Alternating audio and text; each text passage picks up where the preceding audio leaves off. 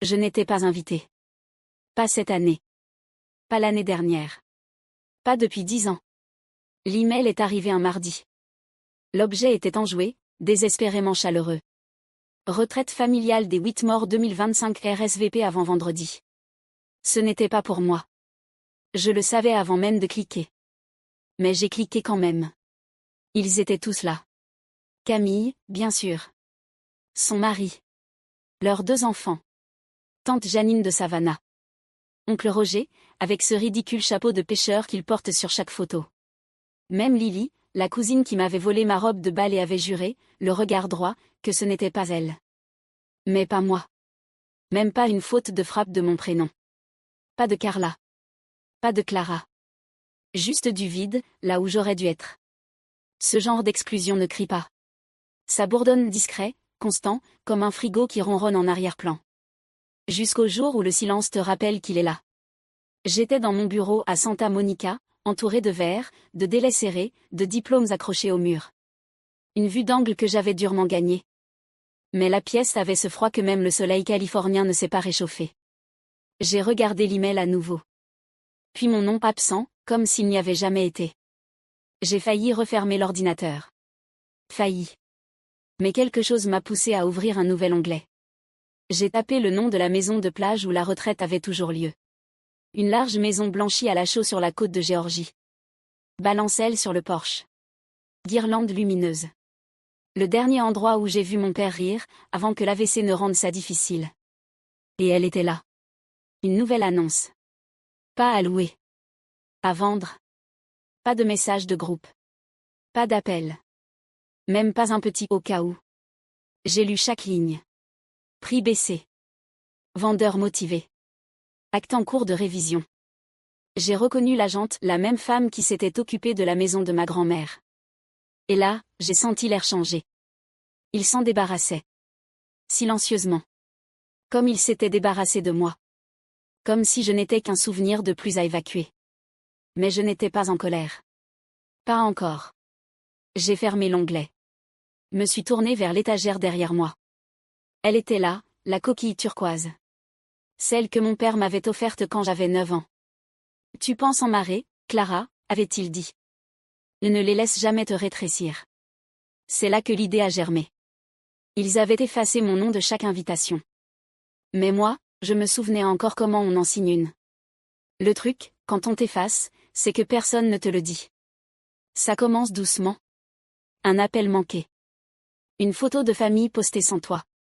Une chaise vide à table, et personne ne demande pourquoi. Au début, j'ai essayé. J'ai envoyé des cadeaux de Noël. J'ai rejoint le fil de discussion quand mon nom y figurait encore. J'ai pris l'avion pour Thanksgiving, même quand le billet coûtait plus que mon loyer. J'ai proposé d'aider maman avec son prêt immobilier. Quand les garçons de Camille avaient besoin d'un nouvel appareil dentaire, je me suis portée volontaire. J'ai fait ce que font les petites dernières. Être présente.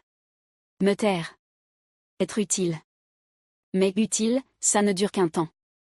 Camille a toujours eu la vedette. Chaleureuse, photogénique, bruyante d'un charme qu'on lui pardonnait. Elle organisait des baby showers avec cocktails personnalisés. Créait des t-shirts assortis pour les réunions de famille. Une fois, elle m'a appelé depuis un magasin de loisirs créatifs pour me demander si je préférais turquoise ou corail pour les sets de table. J'ai dit, je crois que je ne viendrai pas cette année. Elle a répondu, ce n'est pas grave, Clara. On te gardera une assiette. Mais personne ne l'a fait. Après l'AVC de notre père, j'ai pris l'avion seul. Je suis restée à l'hôpital avec lui, pendant que Camille était trop débordée et que maman ne supportait pas de le voir ainsi. Je l'ai nourri. J'ai lu à voix haute son Steinbeck préféré. Quand il a pu parler à nouveau, sa voix s'est brisée. Et tu es venu. Cet hiver-là, j'ai demandé à maman comment était prévu l'héritage. Pas pour l'argent ou juste pour comprendre ce qui arriverait à la maison, au compte, à la fiducie dont il avait parlé. Elle m'a souri, crispée. Camille et moi, on s'en occupe. Ne t'inquiète pas avec ça. Je n'ai plus posé de questions. La dernière fois que j'ai essayé de visiter la maison de plage familiale, la clé de secours n'était plus sous le paillasson. Camille a dit qu'ils avaient changé les serrures après un cambriolage. Mais je n'en avais jamais entendu parler. J'ai commencé à rater les fêtes. J'ai envoyé des cartes sans jamais recevoir de réponse. J'ai arrêté de corriger ceux qui disaient sur Facebook que j'étais toujours occupée ou lointaine. Un jour, maman a publié une vieille photo de Camille et papa sur la plage, le coucher de soleil derrière eux. Je m'en souvenais. C'est moi qui l'avais prise. J'étais là, juste hors cadre. Elle m'avait découpé. C'est cette année-là que j'ai cessé d'envoyer des cadeaux. Mais je n'ai jamais cessé de surveiller. Savannah, mon ancienne voisine, devenue assistante juridique, m'a gardé discrètement dans la boucle. Capture d'écran, extrait, email dont j'avais été supprimé. Il croit que tu as disparu, m'a-t-elle dit une fois. Mais tu écoutes toujours. Je n'étais pas partie. J'attendais. Et parfois, ceux qui vous oublient le plus vite sont ceux qui redoutent le plus ce qui se passe quand vous revenez. Je n'ai pas acheté la maison par vengeance. Je l'ai achetée parce que j'en avais fini avec le mensonge de mon absence accidentelle. L'annonce était en ligne depuis 13 jours. Discrète. Pas de message familial, pas de communiqué, juste un lien discret enfoui dans une newsletter immobilière que j'ai failli supprimer. La maison n'était même plus au nom des Whitmore. Elle avait été transférée à une société écran sûrement créée par Camille après la mort de papa. Une structure pour faire propre. Je connaissais ce langage. Je travaille en stratégie d'entreprise. J'ai vu cette astuce 100 fois. Mais je n'étais pas furieuse. J'étais méthodique. J'ai imprimé les documents. Appelé une amie juriste spécialisée en immobilier. Programmé un appel avec Savannah le soir même. Elle a effectué une recherche de titre en moins de 10 minutes, et a trouvé quelque chose d'inattendu. Une clause dans la fiducie, directement liée à moi. La version originale du testament de papa contenait une clause de secours. Si la gestion de l'héritage tombait en défaillance, déclaration fiscale manquante, assurance expirée, non-divulgation. La bénéficiaire secondaire, moi, obtenait le droit de transférer le titre à son nom. Les taxes n'avaient pas été payées. L'assurance avait expiré. Ce n'était même pas de la négligence. C'était de la paresse. De l'arrogance. Camille et maman avaient sûrement supposé que la maison pouvait rester là, à moitié utilisée, à moitié revendiquée, jusqu'à ce qu'elle décide quoi en faire. Mais papa avait construit une sortie de secours, au cas où. La voix de Savannah était douce. Si tu la veux, Clara, elle est à toi. Pas besoin de se battre. Je n'ai pas répondu tout de suite. J'ai simplement regardé la coquille turquoise sur mon bureau, toujours intacte après toutes ces années. Je me souvenais de papa en train de l'essuyer du sable avant de me la tendre, comme un trésor. Tu penses en marée, pas en vague, avait-il dit. Tu reviens plus forte. Ce soir-là, j'ai ouvert une feuille de calcul. Mes finances. Stock options. Liquidité. Épargne discrétionnaire. Je n'étais pas riche, contrairement à ce que laissait croire le compte Instagram de Camille. Mais j'avais bâti quelque chose de solide. Discret. Indépendant. 2 jours plus tard, j'ai contacté l'agente immobilière. Elle n'a pas reconnu mon nom jusqu'à ce que je dise. Whitmore. Clara. Fille de Thomas. Elle a marqué un temps. Oh. Vous. L'autre. Oui. L'autre. J'ai signé les documents d'achat en vertu de la clause de secours. Pas de communiqué. Pas d'annonce. Puis j'ai ouvert le portail de réservation et réservé une chambre. La suite principale. 3 nuits. Arrivée, vendredi. Nom de l'invité, Mademoiselle C. Whitmore. Dans les préférences, j'ai écrit. Merci de mettre une bouteille de Perrier Jouet au frais. L'invité préfère les oreillers fermes, les draps en coton et une intimité totale. Quand la confirmation est arrivée, je n'ai pas souri. Je n'ai pas pleuré. Je suis juste restée immobile. Il m'avait effacé de l'invitation. Je venais de m'ajouter à l'acte de propriété. Je suis arrivée tôt. Pas pour les accueillir. Pas pour observer. Juste pour revoir la maison avant qu'ils ne la touchent. Elle paraissait plus petite que dans mes souvenirs. Ou peut-être que j'avais grandi. La balancelle du porche était toujours de travers. Les volets avaient besoin de peinture. Quelqu'un avait remplacé la lanterne d'entrée par une lampe solaire bon marché. Mais elle respirait encore au rythme du vent marin. Doucement. Comme si elle m'attendait. Je ne suis pas restée longtemps. Juste assez pour vérifier que le champagne était bien frais. Que les draps étaient bien tirés. Et que mon nom était bien orthographié dans le registre des invités.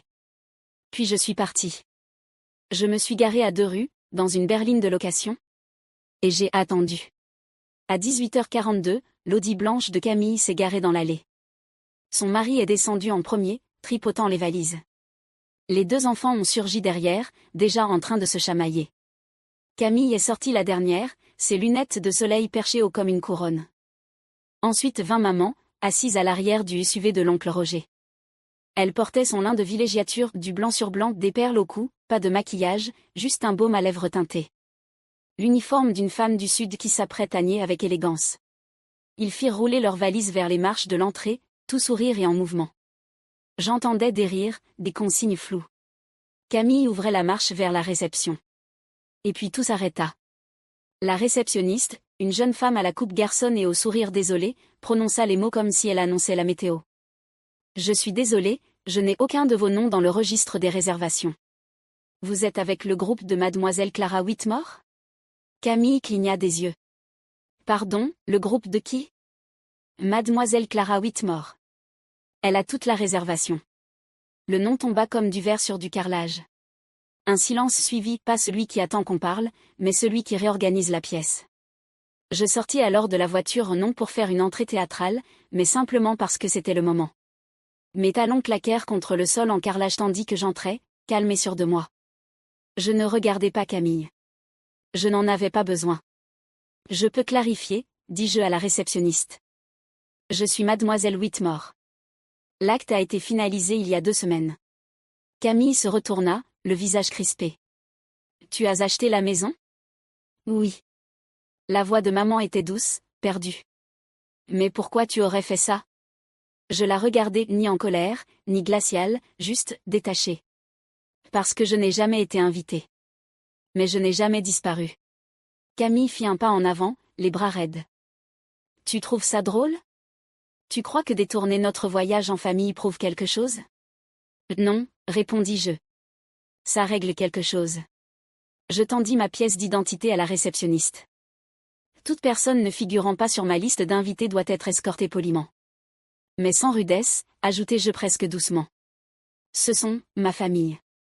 La réceptionniste hésita, puis acquiesça. Derrière moi, personne ne parla, ni Camille, ni maman, ni l'oncle Roger. Le silence s'en chargeait à ma place. Qu'ils se l'expliquent entre eux. Qu'ils prononcent enfin mon nom. Ils quittèrent la réception sans un mot. Pas de cris, pas de départ en furie. Juste des épaules raides et un silence qui les suivait comme une traînée de fumée. Je ne les suivis pas. Je n'en avais pas besoin. Ils savaient désormais. C'était suffisant. Ou du moins, je le croyais. Le lendemain matin, une camionnette de presse arriva.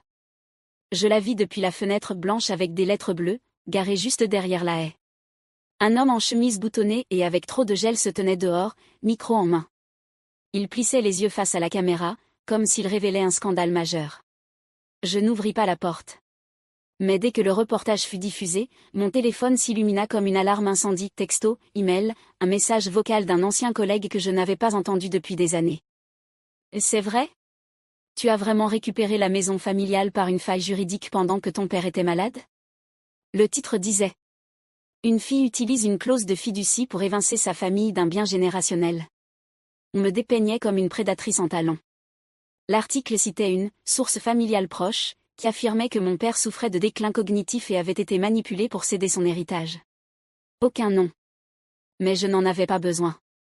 Camille avait toujours su comment transformer la compassion des autres en arme. Je restais avec ça. Je ne pleurais pas. Je ne rédigeais aucun communiqué. À la place, j'appelais Savannah. « L'heure ?» demandai-je. Elle n'eut pas besoin d'autre contexte. « Je t'envoie le dossier dans 15 minutes. » Ce qu'elle envoya était méticuleux. Organisé. Daté. Des captures d'écran de textos entre Camille et maman. Des messages comme « Ne t'en fais pas, Clara ne vient pas encore. Elle veut toujours que tout tourne autour d'elle. Elle est trop occupée à prouver des choses pour se soucier de la famille. Ne culpabilise pas de l'exclure. Elle a l'habitude. » Il y avait aussi des fichiers audio, l'un capté sur haut-parleur, en plein déjeuner. La voix de Camille, nette et tranchante. Clara a toujours été trop fragile pour survivre dans cette famille. Qu'elle pourrisse dans son condo. On est mieux sans elle. Mais le plus important, c'était la vidéo filmée 2 étés plus tôt. Mon père était assis sur la véranda arrière, les jambes couvertes d'une couverture, une tasse ébréchée en main. J'étais à côté de lui, hors champ. Sa voix était douce, mais ferme. « Je veux que Clara ait cette maison », disait-il. Camille fait du bruit. Mais Clara fait durer les choses. Je ne l'avais pas regardée depuis le jour où on l'avait enregistrée. Je l'avais gardée, pour des moments comme celui-là. Le matin suivant, je mis tout dans un dossier sécurisé. J'envoyai le lien à un seul journaliste en qui j'avais confiance, quelqu'un qui, des années plus tôt, avait écrit un article sur les abus envers les personnes âgées et les conflits d'héritage. Aucune légende. Aucun commentaire. Juste un message. Voici toute l'histoire. À vous de décider ce qui compte. Ce ne fut pas viral. Ce n'était pas nécessaire. L'après-midi même, le titre original fut retiré. La chaîne publia une discrète rectification. Ma boîte de réception se calma. Les messages cessèrent. Ce soir-là, Savannah m'écrivit 2 mots. Ils se taisent. Puis un 3e. Prête ? Je regardai l'océan par la fenêtre noire et infinie sous la lumière de la lune. Oui. Le tribunal sentait la poussière et le désinfectant. J'arrivais en avance. Pas d'escorte. Pas d'avocat en costume hors de prix. Juste moi. Une robe bleu marine que ma grand-mère appelait jadis bleu volontaire, et un dossier bien serré contre moi. À l'intérieur, il y avait tout ce qu'il n'avait jamais imaginé voir remonter à la surface. Camille était déjà assise quand je suis entrée. Tailleur pantalon blanc immaculé, les lèvres serrées en une ligne si fine qu'elle aurait pu trancher du papier. Elle ne se retourna pas, mais je vis ses doigts taper nerveusement sur son téléphone, rapide, agité. Maman était à côté, le dos trop droit, ses perles tremblaient légèrement à chaque respiration. Elle me jeta un coup d'œil, puis détourna vite les yeux. La greffière appela l'affaire. Whitmore contre Whitmore. Requête d'injonction concernant une propriété contestée, déposée pour cause d'influence indue et de manipulation envers une personne âgée. Leur avocat se leva en premier, élégant, bronzé, trop jeune pour se souvenir du bruit d'une connexion Internet par modem. Il prononça des mots comme intention, vulnérabilité, coercition. Il m'appela étrangère à la famille, marquant une pause avant le mot, pour le laisser résonner. Je ne bronchais pas. Quand vint mon tour, je me levai. Lentement. Sans théâtralité. Juste la vérité. Votre honneur, je souhaite soumettre une preuve vidéo et audio relative au trust et à l'intention clairement exprimée de mon père. Le juge acquiesça. Ses lunettes glissèrent légèrement sur son nez pendant que l'huissier tamisait les lumières. La vidéo fut lancée. Mon père, enveloppé dans sa vieille couverture, sa voix posée. Je veux que Clara ait cette maison. Camille fait beaucoup de bruit. Clara, elle, fait durer les choses. C'est la seule qui est venue après la chute. La seule qui n'a rien demandé. Un silence. Puis il tourna la tête vers la caméra et dit distinctement. Ce n'est pas une question de justice. C'est une question de mémoire. J'observais la salle. Maman clignait des yeux trop vite. La mâchoire de Camille tressaillit. Puis vint l'enregistrement audio, l'appel. Sa voix. Quelle pourrisse dans son condo. Elle n'a jamais fait partie de cette famille. On aurait dû pouvoir la contrôler. Un silence suivi non pas de stupeur, mais de résignation. Le juge se pencha en arrière, tapota son stylo 1 fois, puis 2. Ce tribunal ne voit aucune raison de donner suite à la requête. Les preuves confirment la lucidité et l'intention directe du défunt. Le langage employé par les plaignantes évoque l'exclusion, non un malentendu. Il retira ses lunettes. Ce tribunal ne guérit pas les blessures émotionnelles. Il applique la loi. Et dans ce cas, la loi est claire. Le marteau s'abattit. Requête rejetée. Camille se leva, les poings serrés mais sans bouger. Maman resta assise, les yeux brillants, mais secs. Je pris mon dossier et quittai la salle sans me retourner. Sur les marches du palais, les journalistes attendaient. Un micro se tendit, une demi-question suspendue dans l'air. Avez-vous quelque chose à dire à votre famille ? Je marquai une pause juste assez longue. Puis. Non. Je l'ai déjà dit. J'ai juste utilisé des mots plus calmes. Et j'ai continué à marcher. La maison était silencieuse à mon retour. Aucune valise sur le perron. Aucune voix résonnant dans les couloirs. Juste le souffle de l'océan et le léger cliquetis du vent dans les volets. À l'intérieur, tout semblait pareil mais plus léger. Comme si quelque chose s'était échappé des pièces. Le bruit, peut-être. Ou le déni. Je ne touchais rien d'abord. Je marchais lentement. Effleurer le bois de la rampe. Lisser le coin du tapis dans le couloir. Laisser le silence me dire ce qui restait, et ce qui était parti. Dans le bureau autrefois celui de mon père, puis celui de ma grand-mère, j'ouvris le tiroir du bas du vieux bureau. Celui qu'il n'avait jamais vidé. À l'intérieur, il y avait le carillon avant que nous avions fabriqué ensemble. Des coquillages suspendus à du fil de pêche, du fil bleu, des nœuds défaits. Mon écriture d'enfant de 9 ans encore visible sur l'un des plus gros coquillages. Burk. Je m'assis par terre, les jambes croisées comme une enfant, et je commençais à démêler. Je ne l'ai pas réparé pour qu'il soit joli. Je l'ai réparé parce que certaines choses n'ont pas besoin d'être parfaites pour avoir de l'importance. Quand Savannah arriva, elle apporta du vin et du papier essuie-tout. Tu ne croyais quand même pas que j'allais te laisser savourer ta victoire sans laver les fenêtres, hein? Elle sourit. On travailla en silence, deux femmes qui frottaient plus que de la poussière. On effaçait des années de mise à l'écart, de notes de bas de page dans l'histoire de quelqu'un d'autre. Au coucher du soleil, j'accrochai le carillon à la fenêtre de la cuisine. Il attrapa la brise comme s'il se souvenait comment danser. Plus tard, assise sur le porche, Savannah demanda. Et maintenant? Je regardai l'horizon. Ils ont dit que j'étais partie. Que je m'étais éloignée. Mais je n'ai jamais bougé. Je fis une pause. Ils ont juste choisi de ne pas me voir.